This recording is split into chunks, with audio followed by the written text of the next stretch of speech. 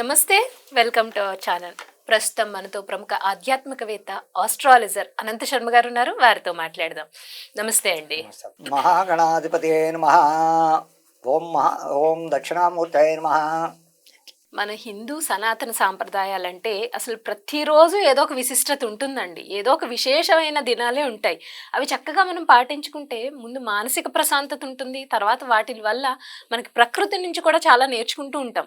వాటిని చూడడం అంటే తెల్లవారుజామునే లేవడం వల్ల కానివ్వండి, మనకి టైం దొరుకుతుంది. చక్కగా అమ్మవారి ఆరాధన కానీ, ఏదైనా ఇంట్లో పూజ కానీ చేసుకునేటప్పుడు దీపం వెలిగించుకోవడం వల్ల ఆ శక్తి, ఆ పాజిటివ్ ఎనర్జీ మన ఇల్లంతా కూడా ప్రసరిస్తూ ఉంటుంది.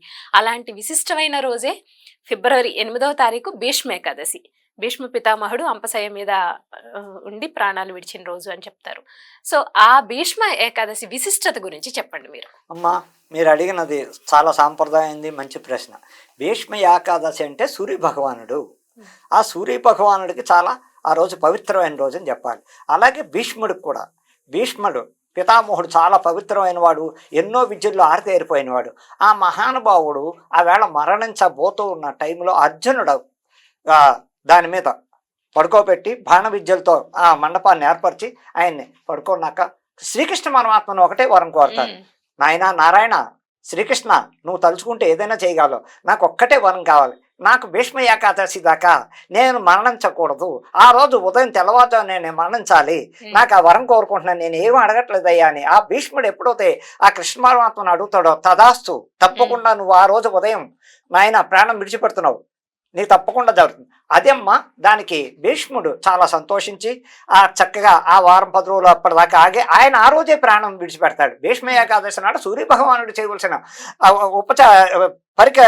పరిహారాలు ఏమిటయ్యా అంటే, ఆ రోజు ఉదయమే తలస్నానం చేసి భీష్మ ఏకాదశి నాడు సూర్యనారాయణమూర్తి దేవాలయాలు ఎక్కడుంటాయో అక్కడికి వెళ్ళడం. చక్కగా సూర్య భగవానుడికి ఆ సముద్రంలో స్నానం ఇంకా మంచిది. గోదావరి కన్నా సముద్ర స్నానం.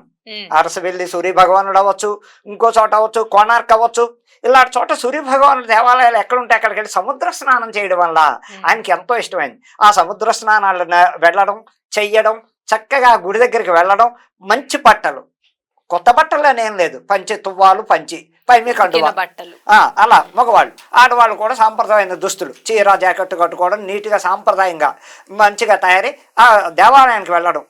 11 ప్రదక్షిణాలు సూర్య భగవానుడికి ప్రదక్షిణం చేసుకోవడం. ఆ వేళ సూర్య భగవానుడి కిరణాలు కూడా ఆయన మీద పడే రోజు పడతాయి కిరణాలు. ఆ అదృష్టం ఉన్న వాళ్ళకి కనపడుతుంది, లేని వాళ్ళకి కనపడకపోవచ్చు. అలా కనపడిందంటే ఎంతో అదృష్టం అని చెప్పడానికి అసలు భీష్మ ఏకాదశి అసలు పవర్ ఏంటంటే ఆ వేళ సూర్య భగవానుడి కళ్యాణం కూడా చేసుకుంటాడు. పద్మినీదేవిని, ఉషా పద్మిని ఛాయాదేవి, ఆయన ఆ రోజు కళ్యాణం కూడా ఎంతో పవిత్రంగా వేల మంది భక్తులు, లక్షల మంది భక్తులు అది తిలకించడానికి, చూడడానికి, ఆ ప్రసాదాలు స్వీకరించడానికి, అక్కడ పెట్టే భోజనాలు తినడానికి లక్షల మంది భక్తులు ఆ సంబరాన్ని, ఆ ఉత్సవాన్ని చూడడానికి ఎక్కడెక్కడి నుంచో ఆ కోణార్క్ కానీ, అరసవిల్లి కానీ దేవాలయాలు కిక్కిరిసిపోయి ఉంటారు. ఏ ఊళ్ళో సూర్యనమార్ దేవాలయం ఉంటే ఆ ఊళ్ళోనే అనుకోమ్మా, అక్కడ దేవాలయాన్ని ఆ రాత్రి చక్కగా బాణసంచ, ఆ తెల్లవారులు బాణసంచాలు చేస్తారు. ఉత్సవాలు బ్రహ్మాండంగా ఉంటాయి. తెల్లవారు చక్కగా మళ్ళా అన్నదానాలు, తెల్లవారి అయ్యేసరికి మళ్ళా 11 గంటల నుంచి అన్నదానాలు చేస్తూ ఉంటారు. అది ఎంతో పవిత్రతని ఆ సూర్య భగవాను ఎవరైతే ఆరాధిస్తారో భీష్మ ఏకాదశి నాడు, ఆయన పోయిన రోజు, భీష్ముడు పోయిన రోజు కాబట్టి దానికి భీష్మ ఏకాదశి అనే పేరు వచ్చింది. కాబట్టి ఆ కృష్ణ పరమాత్మ ఆయనకు వరం ఇవ్వడం వలన ఇన్ని రకాలు అక్కడ ఉపయోగాలు. సూర్య భగవానుడికి ఇష్టమైన రోజు కాబట్టి ఆ రోజు ఆయన కళ్యాణం చూడడం వలన, ఆయనకి అన్ని రకాలుగా పళ్ళు కాయలు సమర్పించి చక్కగా చేసుకోవడం వలన ఎన్నో రకాలు ఉపయోగపడతాయని చెప్పడానికి, ఆయన అనుగ్రహం ఉంటే సర్వరోగ నివారణం.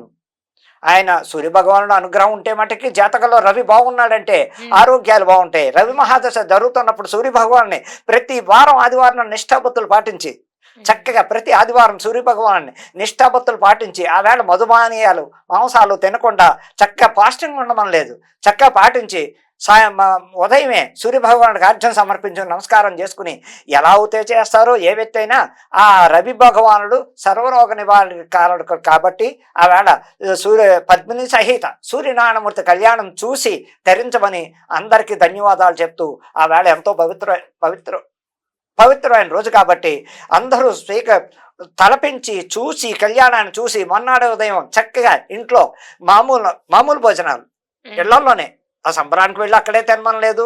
కొంతమంది పెడతారు, కొంతమంది వెళ్ళలేని వాళ్ళు ఉంటారు. ఇంట్లో చక్కటి వెజిటేరియన్ ఫుడ్, ఓ స్వీటు హాటుతో చేసుకోవడం, ఓ కూర పప్పు సాంబార్తో చక్కగా చేసుకుని ఆ భోజనం చేశాక చక్కగా వాళ్ళు ఎప్పుడైనా ఎక్కడికైనా వెళ్ళొచ్చు, ఏ పనైనా చేయ. అసలు సూర్యభగవాన్ నమ్ముకున్న వాళ్ళకి ఎటువంటి దోషాలు ఉండవు. ఆయన ఇచ్చే శక్తి ఇంత అంతా కాదు, అసలు పవరే సూర్యభగవానుడు.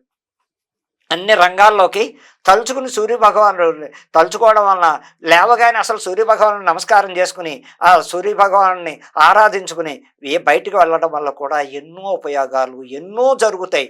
ఏ ప్రాబ్లం ఉన్నా గంటల్లో సాల్వ్ చేయగలవాడు మహానుభావుడు ఆ సూర్యభగవానుడు. అటువంటి టైముల్లో అందులో భీష్మ ఏకాదశి అనగా ఇలాంటి టైముల్లో ప్రతి ఏకాదశి కూడా అసలు లక్ష్మీనారాయణులు, అంతగా లక్ష్మీనారాయణులు కూడా అసలు ఏకాదశి లక్ష్మీనారాయణ ఉపవాసం ఉండగల వాళ్ళు ఉండొచ్చు. ఉపవాసం ఉండడం అంటే అర్థం ఏంటంటే సాయంకాలం 6 దాటిదాకా ఉండొచ్చు.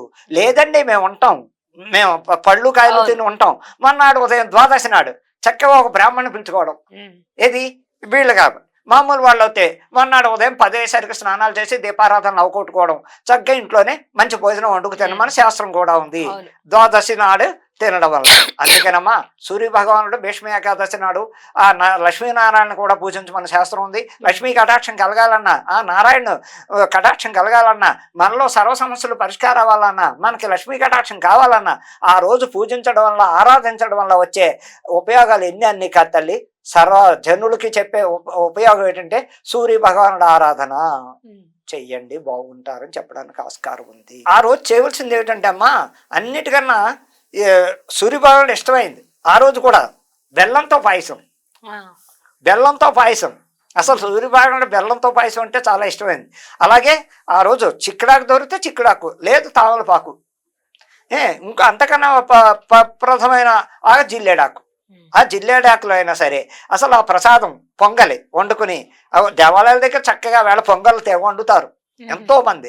ఆ కట్టెలు పొయ్యి పెట్టుకుని కుండలు ఉంటే కుండలు, గిన్నెలు ఉంటే గిన్నెల్లో ఆ పాలు పొంగేంత వరకు ఆగి బియ్యం అందులో పోసి పాలు పొంగాలి. ఆ రోజు 3 సార్లైనా పాలు పొంగాక అందులో కొత్త బియ్యం చక్కగా అందులో వేసి అది ఉడుకుతూ ఉన్న టైంలో అన్నం దగ్గర వస్తులో బెల్లం మంచిగా గుండ చేసి అందులో వేసుకుని అది మంచిగా తయారక పరమేశ్వరుడికి నివేదన ఇచ్చి నైవేద్యం పెట్టి చెరుకు గడతో చెరుకు ముక్కతో కలపాలి, కానీ గరిటలో అది పనికిరాదని శాస్త్రం. అందుకని ఆ రోజు అక్కడ కూడా ప్రసాదాలు అందరికీ వచ్చిన వాళ్ళందరికీ చక్క ఆకులోనే ఏదో డొప్పలు ఉన్నా సరే ఈ డొప్పల్లో కానీ ప్రసాదం పెట్టి వాళ్ళు కూడా స్వీకరించి దేవాలయం దగ్గర పొంగలు పొంగించడం వల్ల కూడా భీష్మ ఏకాదశి నాడు తప్పు లేదు. ఆయనకి ఇష్టమైందే అది. ఇదే అని కాదు, రథసప్తమి నాడే చెయ్యాలని కాదు, రథసప్తమి నాడు భీష్మ ఏకాదశి నాడు కూడా ఆయనకి ఈ నివేదన పెట్టడం వల్ల ఎంతో పవిత్రత ఉంటుంది.